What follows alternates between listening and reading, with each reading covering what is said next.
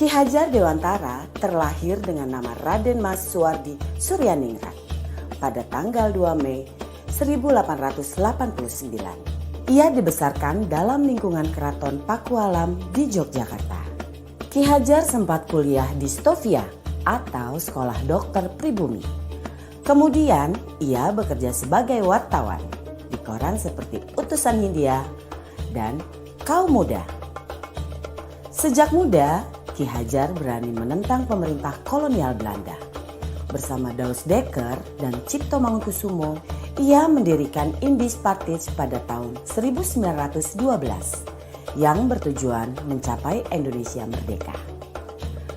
Akibat kritiknya pada pemerintah Belanda, dalam tulisan Seandainya Aku Seorang Belanda, Ki Hajar diasingkan ke Pulau Bangka.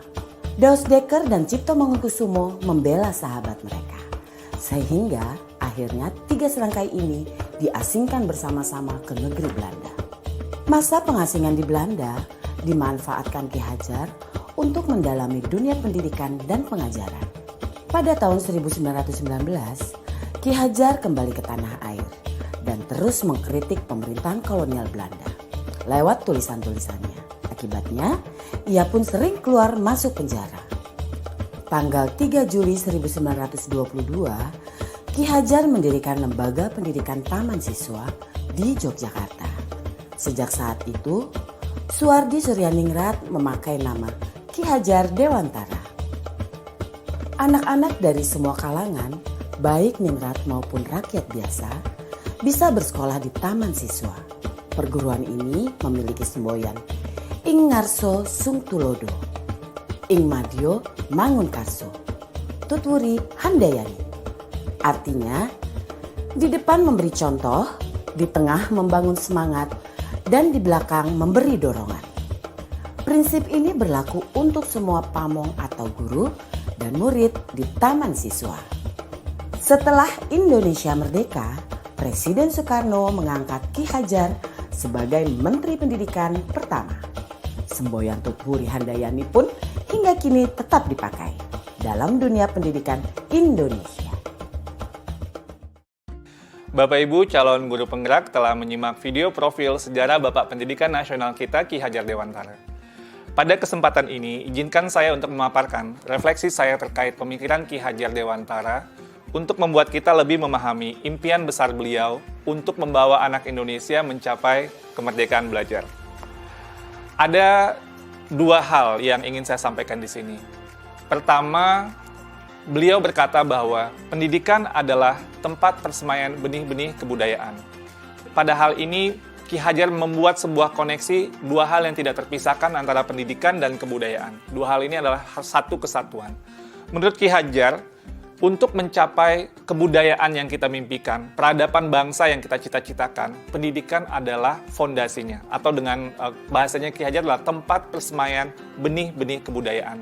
Dengan kata lain, pekerjaan yang kita lakukan di pendidikan bukan saja pekerjaan untuk anak bersekolah, ujian hasilnya baik, dan lain sebagainya, tapi adalah pekerjaan untuk menjemput kebudayaan yang kita cita-citakan. Dengan kata lain, ini adalah pekerjaan untuk membentuk peradaban.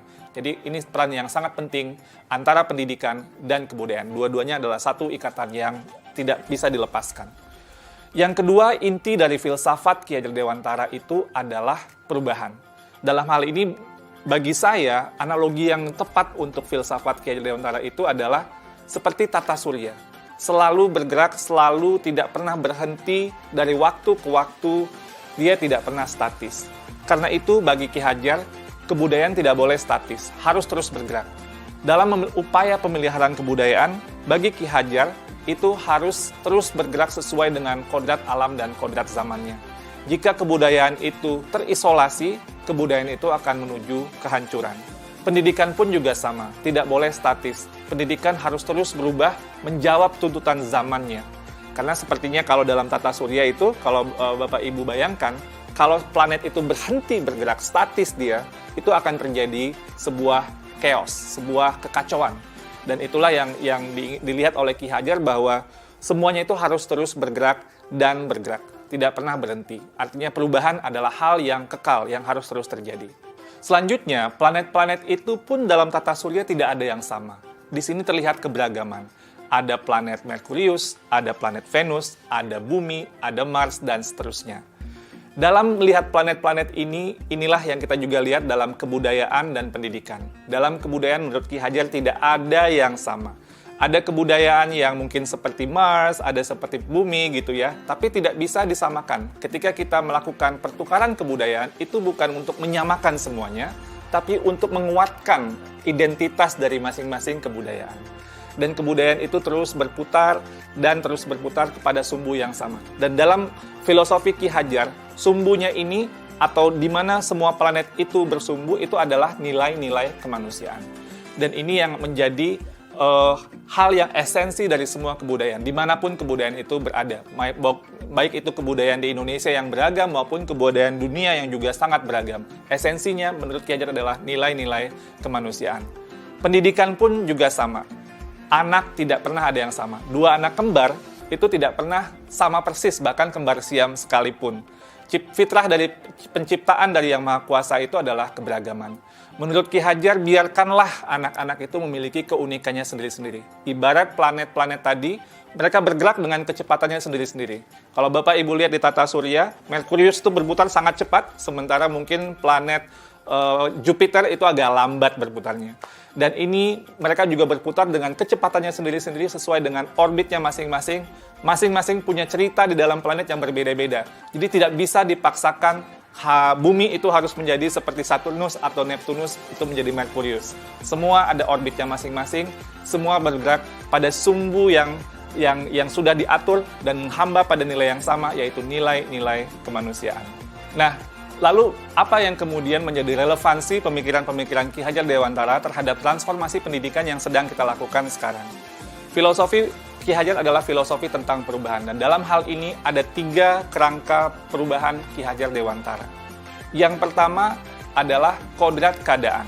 Dalam melakukan perubahan, kita harus melihat kodrat keadaan yang terbagi 2. Pertama, kodrat alam, yang kedua, kodrat zaman. Kodrat alam itu adalah terkait dengan alam tempat di mana masyarakat itu berada.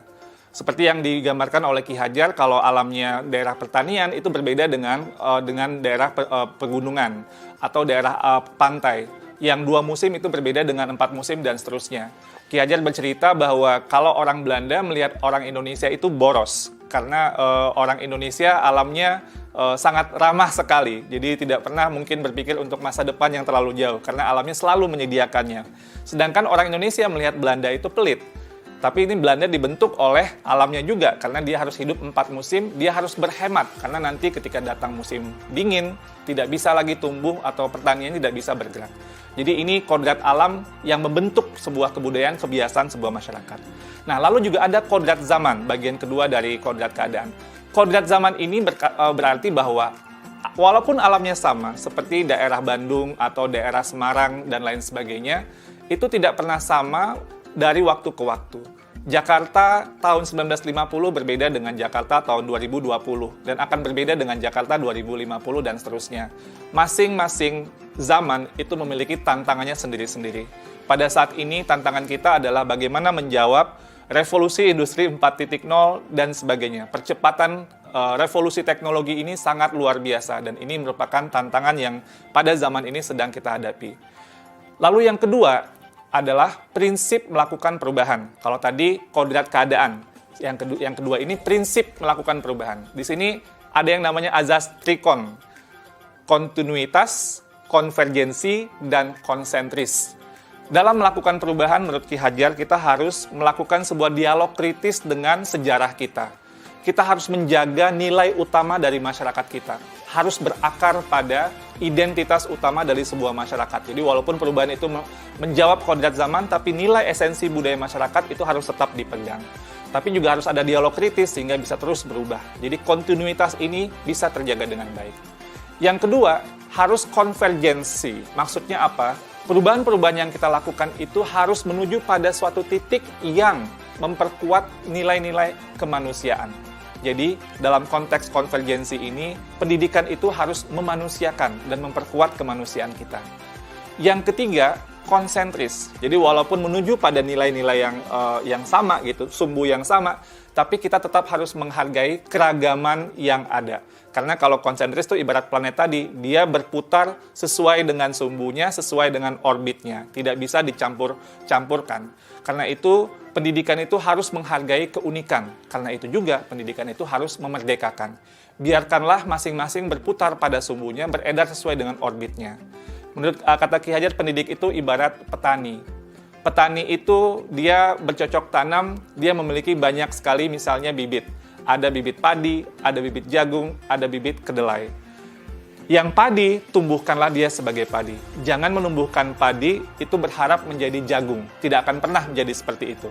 Dan jangan pula memelihara jagung dengan ilmu memelihara padi, nggak jadi tumbuh kembangnya jagung itu. Jadi masing-masing itu sesuai dengan kodratnya, dan itulah keragaman yang dihadapi oleh para pendidik dalam konteks kehidupan sehari-hari. Lalu yang ketiga, apa yang berubah?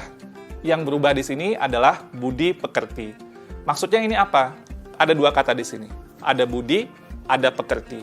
Budi itu, menurut bahasa Ki Hajar, itu ada 3 komponen, yaitu cipta, rasa, dan karsa. Cipta itu artinya pikiran, rasa itu perasaan, karsa itu adalah kemauan, dan pekerti. Pekerti itu maksudnya tenaga atau raga. Dalam filosofi pendidikan Ki Hajar, ini harus seimbang terjadinya perubahan tersebut. Ada olah cipta, menajamkan pikiran, olah rasa, menghaluskan rasa, olah karsa, memperkuat kemauan, dan olahraga, menyehatkan jasmani. Sehingga pendidikan itu harus holistik, harus seimbang, tidak bisa timpang. Kalau pendidikan ini bisa kita lakukan dengan seimbang, menurut Ki Hajar, ini akan terjadi kesempurnaan budi pekerti yang membawa kita pada kebijaksanaan. Dengan kata lain, jika kita melakukan pendidikan yang seimbang, tumbuh kembang anak secara holistik, ini akan menghadirkan banyak insan-insan yang penuh kebijaksanaan. Sebaliknya, jika kita melakukan pendidikan dengan timpang, maka kita akan menciptakan masyarakat yang langka, bahkan mungkin hampa dengan kebijaksanaan. Pada akhirnya, semua disiplin ilmu harus menuju kepada kebijaksanaan. Dan relevansi yang kedua dari apa yang kita pelajari dari filosofi Ki Hajar Dewantara adalah keharusan untuk memandang anak dengan rasa hormat, berorientasi kepada anak. Jadi, apa tujuan pendidikan kita? Itu adalah murid, murid, murid. Jadi, menurut Ki Hajar, semua yang kita lakukan di bidang pendidikan dan para pendidik itu harus berorientasi penuh kepada murid. Dengan bahasa Ki Hajar, salah satu azas dari Taman Siswa, bebas dari segala ikatan, dengan suci hati mendekati sang anak, tidak untuk meminta suatu hak, namun untuk berhamba pada sang anak. Kata-kata berhamba pada sang anak adalah sebuah analogi, tapi memiliki kedalaman nilai yang luar biasa. Bahwa Ki Hajar, seorang yang sangat ditokohkan, melihat bahwa berorientasi kepada anak ini adalah hal yang paling utama, paling esensial bagi kita para pendidik. Semoga refleksi singkat ini bisa menjadi sebuah inspirasi bagi Bapak Ibu semua, calon-calon guru penggerak yang saya banggakan. Terima kasih Bapak Ibu penggerak, salam bahagia.